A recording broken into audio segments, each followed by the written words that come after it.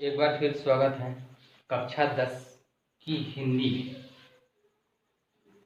कक्षा 10 की हिंदी और पाठ एक का दूसरा भाग, जिसका नाम है स्तुति खंड। तो यानी हम आज पढ़ने जा रहे हैं स्तुति खंड की व्याख्या और कवि के बारे में भी थोड़ा जानेंगे। तो शुरू करते हैं। जैसे कि मैंने लिख दिया है, इसकी व्याख्या करना है। और कवि के बारे में अगर हम थोड़ी जानकारी ले लें तो इसके कवि हैं मलिक मोहम्मद जायसी। मलिक मोहम्मद जायसी। और इनकी सुप्रसिद्ध रचना है आपकी पद्मावत, जो कि एक महाकाव्य है।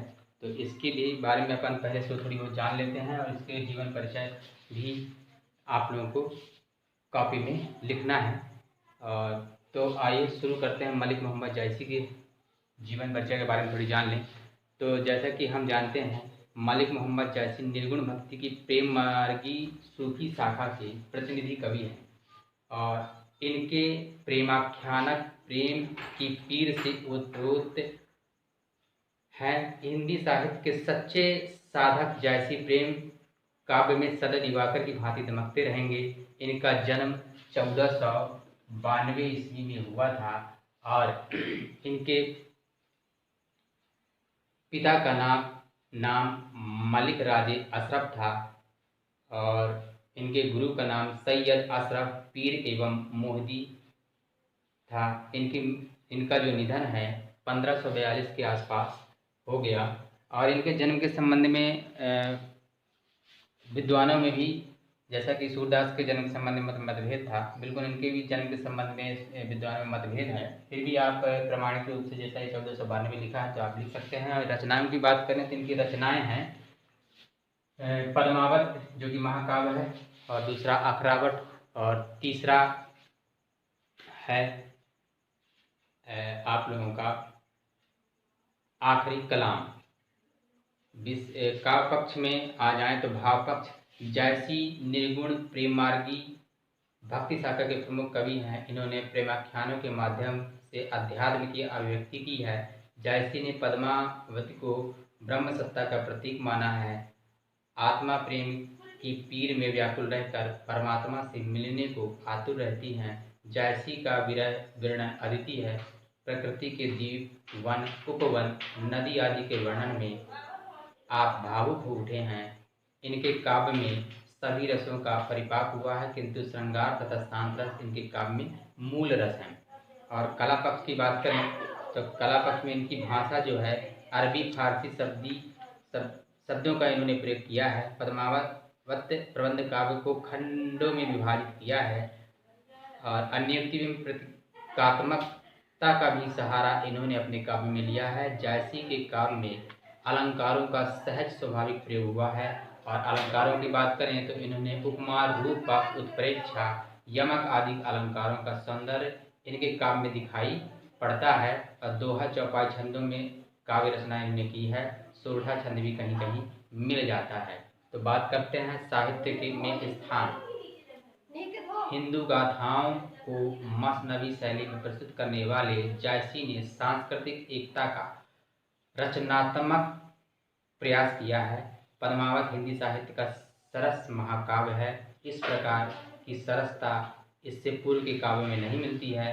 परवर्ती कवियों पर भी इनका व्यापक प्रभाव पड़ा है। इस प्रकार हिंदी साहित्य में मलिक मोहम्मद जायसी का महत्वपूर्ण स्थान है।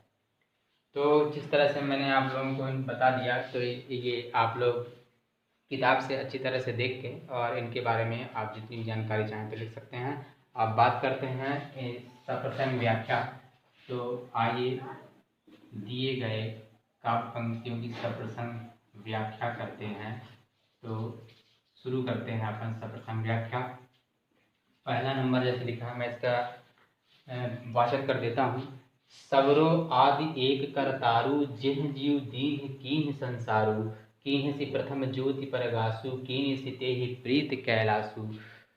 किन्हें सी अग्नि पवन जल खेहा, किन्हें सी बहुतई रंग उरेहा, किन्हें सी धरती सरग पतारू, किन्हें सी बरन बरन अवतारू, किन्हें सी सात दीप ब्रह्मांडा, किन्हें सी भुवन 14 खंडा, किन्हें सी दिन दिन अर्थ सिराती, किन्हें सी नखत तराइन पाती, किन्हें सी धूप शिव और छाहा, किन्हें सी मेघ विजित महा, किन सबई अस जाकर दो सरहि अछाज नकाऊ, पहले तो तेहिक नाव लई कथा कहो बगाऊ।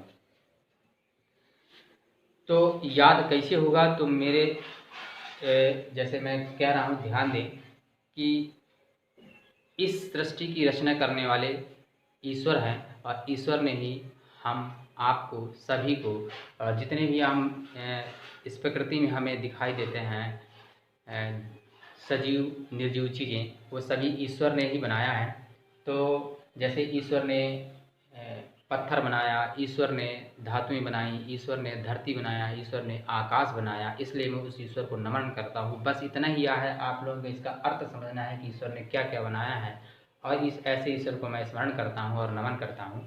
बिल्कुल आप इसको जैसे एक आप पंक्तियाँ समझ जाएंगे, एक काव्य जो आपको मैंने एक पूरा उतार के दिया है काव्य पंक्तियाँ, तो इसे यदि आप समझ जाते हैं तो सारी पंक्तियाँ आपको समझ में आ जाएंगी। इसे अच्छी तरह समझें, बाकी आप अपने से करने का प्रयास करें। वैसे भी मैं आप लोगों को पूरी अच्छी तरह से समझाने का प्रयास करूँगा। तो आइए शुरू करते हैं।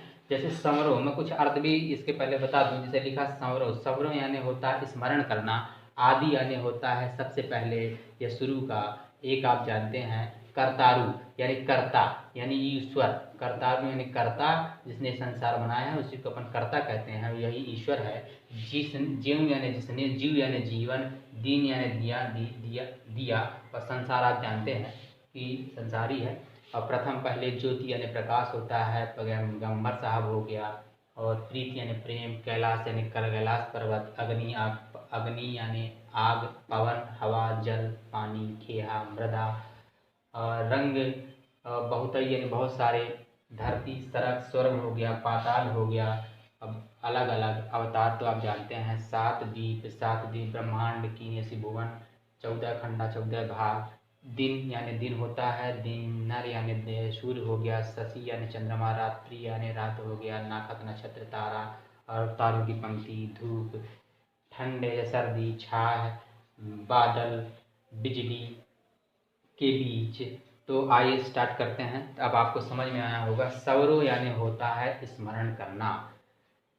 अब इसके पहले मैं आप लोगों को बता दूं, आज संदर्भ तो प्रस्तुत काव्य पंक्तियां हमारे पास पुस्तक हिंदी के भक्ति धारा के शीर्षक स्तुति खंड से ली गई हैं और इसके कवि मलिक मोहम्मद जायसी जी हैं। और प्रस्तुत पंक्तियों में कवि ने ईश्वर को स्मरण करते हुए इस सृष्टि को बनाने के लिए धन्यवाद देते हैं और नमन करते हैं।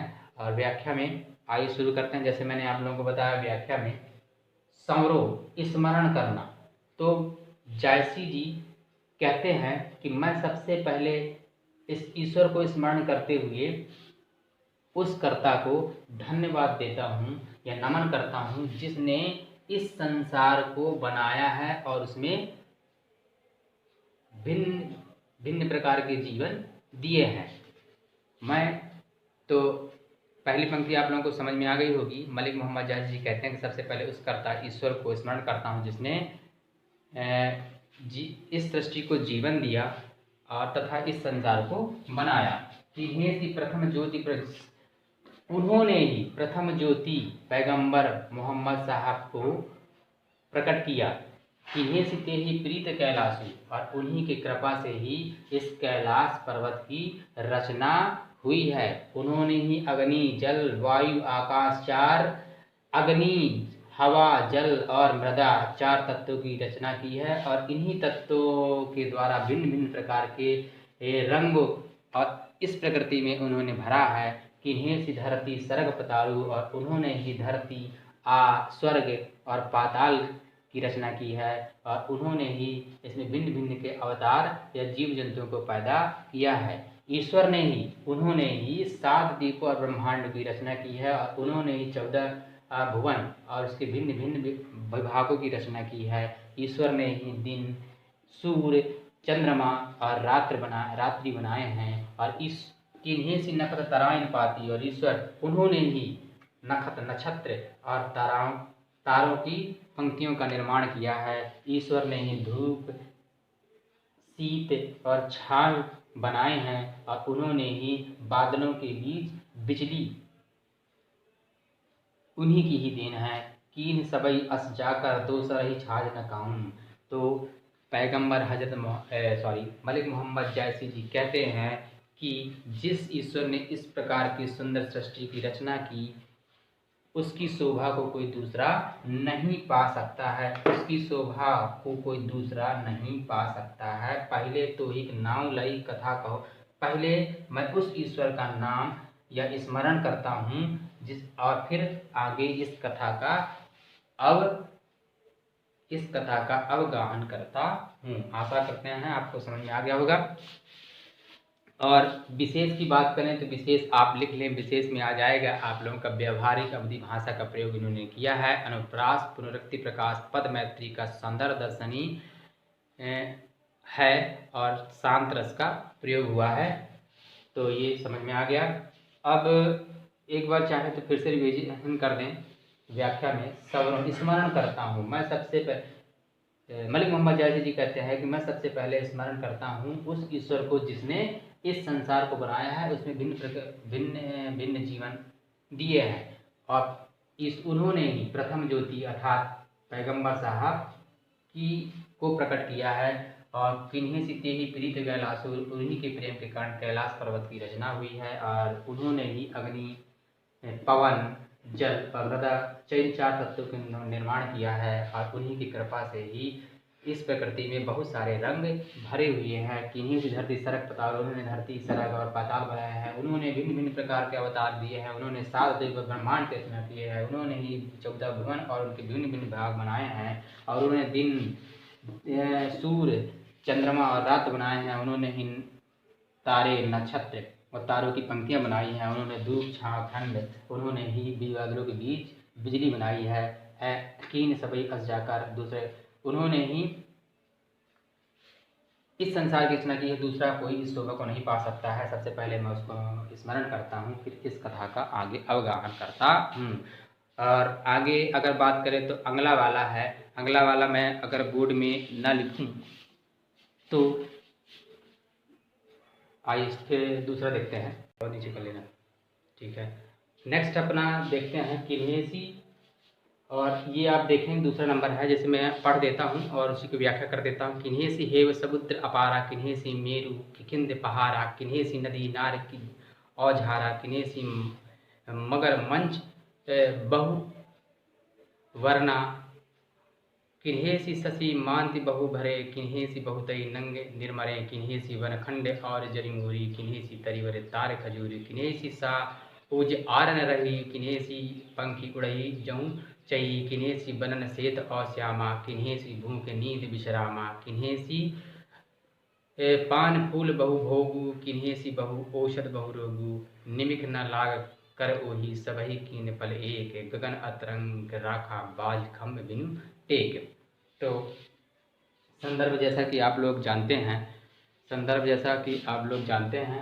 कि पाठ का नाम और कवि का नाम। तो पाठ का नाम पाठ 1 स्तुति खंड और कवि का नाम मलिक मोहम्मद जैसी। प्रसंग में अपन लिखेंगे कि इसमें भी ईश्वर को स्मरण करते हुए और जो ईश्वर ने इतने अच्छे सुंदर सृष्टि की रचना की है उसको बनाने के लिए धन्यवाद दिया है और ईश्वर की सृष्टि के विस्तारपूर्वक वर्णन इसमें किया है। व्याख्या की बात करें तो व्याख्या में जैसे लिखा है कि किन्हें,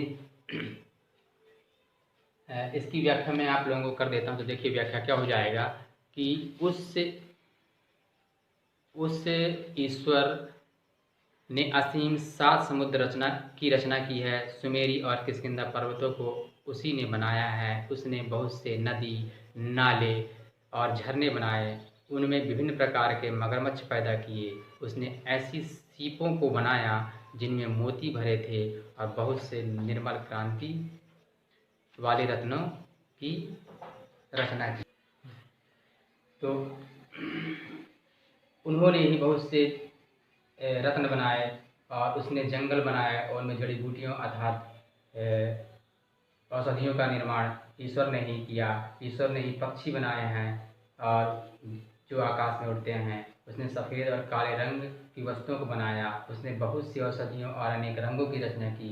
उस ईश्वर को यह सब करने में क्षण भर भी नहीं लगा। उसने पल भर में ही इन सभी की रचना कर दी। उसने आकाश और अंतरिक्ष को बिना किसी सहारे के ही रख दिया। और विशेष में आप लोग उसी तरह लिख देंगे, जो पहला वाला विशेष है आप लोगों का, बिल्कुल उसी को आप लिख दें, वर्णात्मक शैली इसमें जोड़ लें और चौपाई छंद में ये लिखा गया है। और उसके बाद अलावा भी इसका एक और है, किन्हेसी मानुज दीहि से बनाई, किन्हेसी मानुज दीहि से बढ़ाई, किन्हेसी अन्न भुगत नहीं पाई। ये आप लोगों को अपने से करना है और इसकी व्याख्या आप लोग देख लें कि उसने ईश्वर ने ही मनुष्य को उत्पन्न किया और ईश्वर ने ही उसमें बड़प्पन दिया। उसने अन्न बनाया और जिससे उसको भोजन प्राप्त हुआ। उसने राजाओं को बनाया जो राज्य का भोग करते हैं। उसने उन राजाओं की शोभा के लिए हाथी घोड़े बनाए। उसने उन राजाओं के लिए बहुत सी विलास की वस्तुएं बनाई। उसने किसी को स्वामी बनाया तो किसी को दास बनाया। और उसने द्रव्य धन की रचना की, जिसे पाने से गर्व हो जाता है। उसने लोभ बनाया और जिसके कारण कोई भी संतुष्ट नहीं होता। और उसने जीवन का सृजन किया, उस जो सभी को प्रिय है। और उसने दुख चिंता और क्लेश की रचना की। उसने किसी को भिखारी तो किसी को धनवान बनाया। उसने संपत्ति की रचना की, बहुत सी विपत्तियां भी ईश्वर ने ही बनाई है। उसने किसी को कमज़ोर बनाया तो किसी को बलवान। उसने सभी की रचना मिट्टी से की और सभी को मिट्टी बना दिया। तो ये हो गई इनकी व्याख्या। तो ये तीसरी व्याख्या मैंने आप लोगों को बताई है। तो पहली दूसरी की व्याख्या आप लोग कापी में लिख लें और जो बचे कुछ प्रश्न होंगे मैं उस प्रश्नों को भी आज ही आप लोगों को बता देता हूँ।